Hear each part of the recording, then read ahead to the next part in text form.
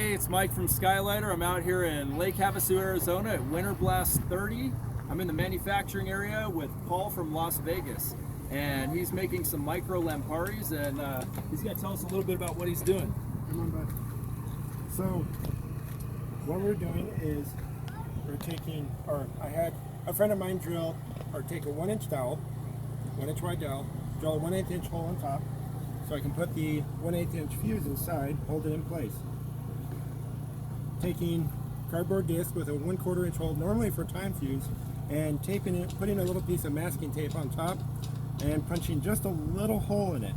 There's a couple of reasons why we're putting the tape on top. One, it helps hold the fuse in place. Two, when I put hot glue on this, I'm not sticking to the wooden dowel, and I'll never get the wooden dowel out. So we put this over the fuse onto the wooden dowel, put the whole part in here, and we glue it in. Now, as Mike mentioned, we're making Lampares, which is normally an aerial effect where we have a little bit of flash and a little bit of a flammable liquid such as gasoline, kerosene, or a mixture of gasoline and diesel.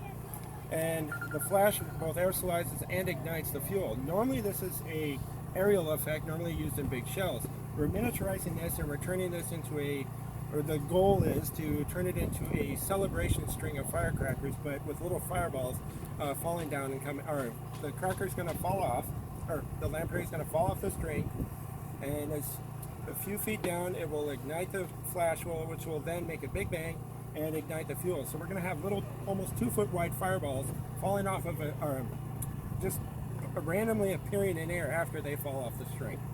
So this little bottle, which is a 1/2 ounce, will be filled with kerosene and be put into the back of one of these tubes like so, and then we'll have another disc on top and glue it in.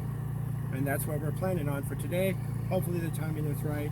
We'll see how that goes. So flash powder and kerosene and gasoline. Kerosene, just kerosene by itself works. Okay. Last year with the other Lampares we made, we used a kerosene substitute from Home Depot, and it worked just fine. Kerosene, perfect. So it's gonna bang and then fireball. Right? Bang and fireball.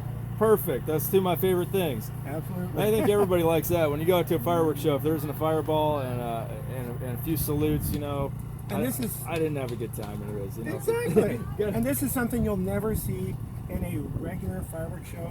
And normally, Mike was mentioning to me earlier, Lampares normally have a shelf life. You can't store them for a very long time. So you can't really order them. The normal fireworks companies can't order them, and they're difficult to use and potentially dangerous. In our situation, we're using a very small one in a very controlled environment where it's legal to manufacture these.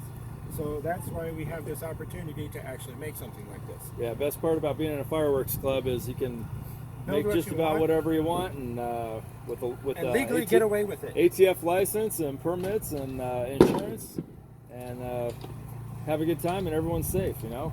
So we mentioned before about we put the wooden dowel at the bottom. This one just dried up a little bit ago, so if it doesn't knock out easily, we can pry it out pretty easily. But as you can see, it just holds the fuse just enough in place, and I can reuse the dowel. And that's why what we're going to do is make up a bunch of the inserts, kind of like this. This is and these haven't been filled with anything else yet. We are going to binary mix our flash for safety, and after we finish out a bunch of these, we're going to fill a bunch of these up with kerosene. And then once we have a bunch of those filled up with kerosene, then we'll start with the rest of the process. Right on. So the first part is just making the inserts. What do you mean by binary mixing your flash? Just for the guys that haven't heard of that, that's how I make all my flash when I have to make it. I mean, I hate making flash because it's so dangerous. Yeah, flash is definitely sensitive, and definitely flash is static sensitive, it's impact sensitive, it's shock sensitive. So some people would diaper the flash, which means it's out in the open, and it's also more dangerous that way. It's more susceptible to static, outside static source, especially if you live in a drier climate, and especially during the winter. Like people from California, Arizona, Nevada, it's something that we don't really like messing with because of those risks. This is a all-paper container that I've sprayed with an anti-static spray to minimize any possible static discharge. But I can put the flash components inside here, seal up the whole container, and it's almost airtight. I hold it down pretty tight here and just mix it around, and that'll mix the flash inside this container and do so safely. It is the only approved method to mix flash at most pyrotechnic conventions, including the PGI and the WPA and the Western Pyrotechnic Association. Right on. Thank you for explaining that to us. I'm sure you'll save a few guys a few fingers, you know. I like my fingers. With that method. You can get jobs easier if you have fingers. Yeah, no kidding. Well, thanks, Paul. We'll keep an eye out for you on the firing line tonight, and Like look forward to seeing the micro Lampares. Hopefully I'm hoping to fire these at the member showcase on Sunday night. Okay, perfect. So I just Sunday got to night. find somewhere to hang it. Fantastic. All right. Sounds good. Thanks, Thank Paul. you, Mike. Yeah, have a good one. Thanks for sharing. Anytime. All right. Yeah.